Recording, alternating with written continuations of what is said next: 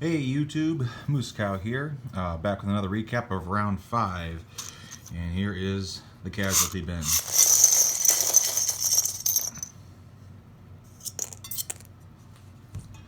Quite a significant number of things. As you can see, we've got some Spanish units, so Spain chose to enter the war. Let's see what happened with everything else. Germany took Moscow. No surprise there. It was a good battle though. As you can see, they only have their heavy tanks left and a few artillery. So all the cannon fodder was eliminated at the very least. And then that allowed Italy to go in and blitz through and grab one of the complexes in Samara. Germany also took Stalingrad, no surprise there, because the Italians had taken Rostov, allowing them to blitz like that, and the bombers here landed with Ukrainian forces reinforcing.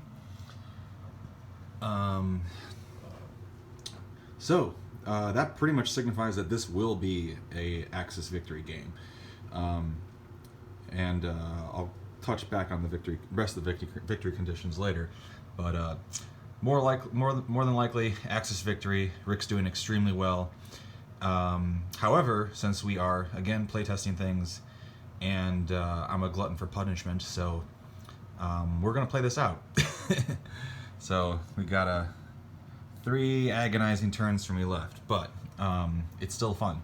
So we'll go from there, basically. But anyway, beyond that, Germany reinforced southern France, been heavily reinforced in southern France and western Germany, building new units there. That's pretty much it for Germany. Russia.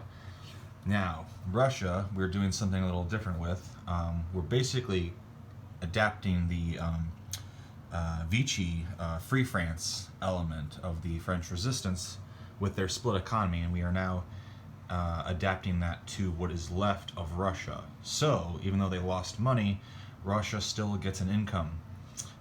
We're also continuing the Lend-Lease rule. Normally, the Lend-Lease rule gets, null and void after the fall of Moscow, but we're going to continue that because that doesn't make any sense why the Americans wouldn't Lend-Lease them over there. At least I don't think so, at least. Because Moscow's taken, the Trans-Siberian Railway is out of commission. I'm kind of curious as if we change that rule so that it doesn't. I know this is the hub, but I don't think this railway would just cease to operate, but it makes sense for a game mechanic without this normally. But anyway, that's what we're doing. Obviously, the Vologda complex is going to fall next. But Russia will still have a limited economy, so they are getting an economy of the IPC value that they have on the board, half of that rounded down. And what with the Lend-Lease that they got, we still have Russia got, even though they don't have their capital, they still got $15 because I rolled a 6, managed to roll a 6, so I got player's choice. So that means I took 7 IPCs instead of the fighter for Pacific Aid. So 7 IPCs plus whatever else is on the board, rounded. So Russia gets 15. So that's $15 they get to spend on infantry only, and they can place the infantry in any original territory that they control. So they can't place in China just because they have a unit there, but yeah, they can place in any original territory they control, possibly provided it has an IPC value, but I'll go over that with Rick when we get into it. So yeah, Russia is in that state, and Japan is pushing into China and took Burma, lost it though, and built a complex in French Indochina, and then brought the naval units down to the Philippines, and they took Celebes, and they moved units to Java from the coast of Australia, I think, possibly, or not the coast of Australia. They moved it from someplace else. I forget. Anyway, so let's see what else. Okay, well, I'll go on. I'll go from there to the U.S. U.S. went all in on Alaska, desperately trying to do a green shore. We'll see if I can pull that off. Japan has a turn to bring stuff back, but I can still go over here. So we'll see. This is the main thing I'm curious about, just to see how it plays out. And then we got limited forces in Hawaii. And then over here, getting a little bit ahead of myself. So Spain, we decided, normally we have, this is the turn order. But we decided they have no effect on one another. So the only important thing is that Spain gets to go before America is what we've decided. So just so that this is like one theater. You know, we finish one theater here and then, you know, go on to the next theater. So, so we've changed the turn order to this just for simplicity's sake. And Spain joined the war, took Gibraltar with heavy losses actually, and then knocked out an Anzac destroyer in '92. And then they took their transport and infantry and artillery and tried to take Syria. There was a AAA and a infantry here, originally from Malta. And they did not succeed in doing that. They knocked out the AAA, but were unable to take out the infantry. No surprise, the UK killed that transport afterwards, and Spain bought itself a sub. So that's where we're at with Spain. The navy that they had in '92 got eliminated by the Americans following that, and they took Gibraltar back. And America also took Spanish Morocco. Spanish Morocco and Rio de Oro are worthless, but they have an IPC value to Spain only. They have, so one, you know, kind of like how Italy has one IPC per specific territory, so they get one IPC for Spanish Morocco, Rio de Oro, and we also give them an IPC for Sierra Leone and Gold Coast. So those are worthless, and I know they're changing that for BBR4, so those will have IPC values in BBR4, but you know, we'll see how that changes with things over time, and whatever they do with BBR4.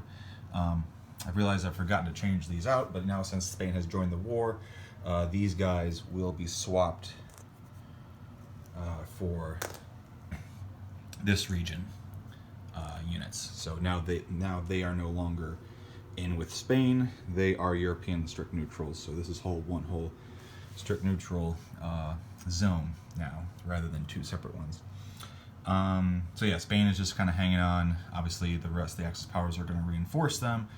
But because I've had to focus on this so much because of a J1, there's not much I have a chance to really do about this over here. So this is looking grim here. China, backing up to China. China did a couple skirmishes in Suyin and Xikang. He's going to go for China next, obviously. He's got way too many forces there, so China will be wiped out very shortly. And then the UK has, because they have shipyards, they were able to build a new carrier, 98, along with a few other units and stuff. So UK is doing well in the Mediterranean, but this is going to fall eventually. And this is so bombed out now. This is, I think, 17. So India is grim. And because of the nature of things, I had to take Iraq first on turn 1. I had to take Iraq first on turn 1, so because of that, I can't rail straight to India. And I opted to place the Iran complex over here in Egypt because of this situation. So it bites, basically. Malaya is still looking pretty secure. We'll see how that pans out, though. But Malaya is looking fairly secure. And let's see. Japan. Like I said, Japan attacked the Celebes, so that's another Dutch infantry off the board. And the UK still has Sumatra, and Anzac still has Dutch New Guinea. But yeah, that's pretty much the situation over here. I'm gonna go back over to this C zone here. This is all in C zone 2. That's probably the busiest C zone 2 that Rick and I have ever seen. So that's fun. We're going on to Italy. Italy bought another fighter and a couple more ground units, building their air force back up after having lost it all in season 95. And that's pretty much it. Oh yeah, and then Italy, of course, took out those two territories, and Tambov and Samara. Actually, no, they had Belarus already, but they took out Smolensk and those two territories. Or sorry, 3 territories.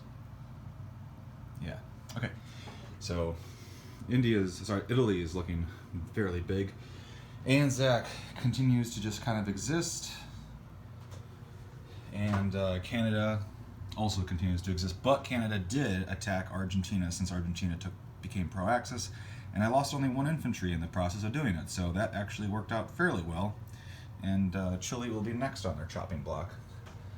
France rolled a 3 for their Lend-Lease, so they get a tank in French Equatorial Africa, and then they continue to do the pipeline of reinforcement over here, and then America also took Italian Libya as well last turn, and then the French units from Tunisia move in, so natural flow of things.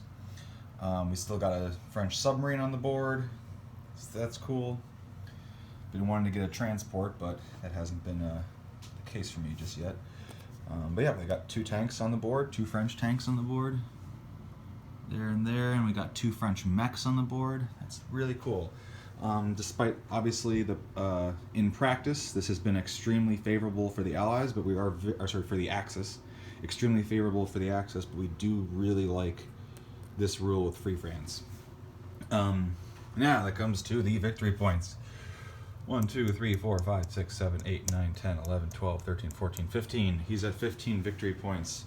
He needs 12, and there's 3 rounds left. And at the rate they're going, I'm not sure if I'm going to be able to knock down any more of those victory points, especially being so heavily focused on this over here. So it is very, very likely that Brick will win. And like I said, for research purposes, we are playing this out. So that is present time, the situation. Also, in the last video, I forgot to mention that what Russia did was interesting, and I'm not sure if it's been brought up in the community before. I posted on the forum, haven't heard back yet, but according to the rule book, where is it? Here we go. According to the rule book, if you're in phase H, you may spend, you might buy as many dice as you want for 1 IPC each. So, since Russia, in Russia with the situation with Moscow, since Germany was at their doorstep and was, improved chances of taking it, since that happens at the beginning of the top of the round, right? So I used Russia's money to buy, I had 25 IPCs and I bought 25 dice, and the only goal with that was just to make it so that Germany doesn't get that money.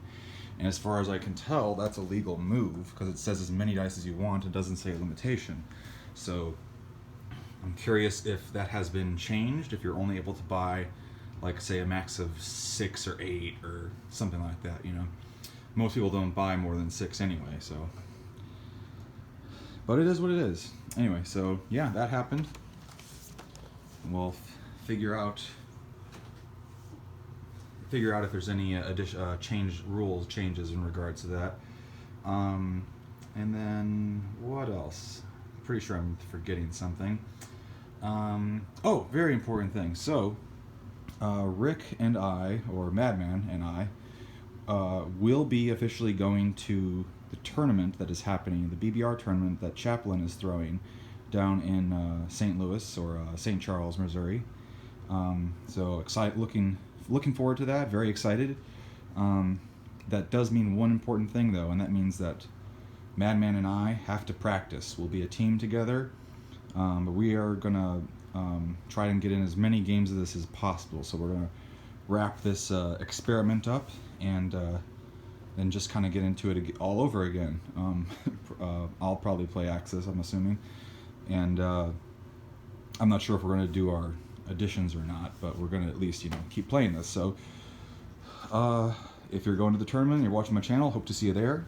And until then, let's hope I roll the dice better.